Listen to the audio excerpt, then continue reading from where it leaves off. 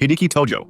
Hideki Tojo, the Japanese prime minister during World War II, met a terrible end. After Japan's unconditional surrender in 1945, U.S. General Douglas MacArthur ordered the arrest of 40 individuals suspected of war crimes, including Tojo. 5 American soldiers were sent to arrest him, but when they surrounded his house on September 11th, Tojo shot himself in the chest with a pistol, but he missed his heart. As he bled, Tojo began to speak, and 2 Japanese reporters recorded his words. He said, "I am very sorry it is taking me so long to die. The Greater East Asia War was justified and righteous. I am very sorry for the nation, and all the races of the greater Asiatic powers. I wait for the righteous judgment of history. I wish to commit unalivement, but sometimes that fails." However, the American soldiers managed to resuscitate him and brought him to Sugamo prison in Tokyo. From there, he was put on trial and found guilty of multiple war crimes. He was sentenced to death and hanged on December 23, 1948, just a week before his 64th birthday. In his final statement, he apologized for the atrocities committed by the Japanese military and asked the American military to show compassion toward the Japanese people, who had suffered devastating air raids and 2 atomic bombings. Kim Jong-il.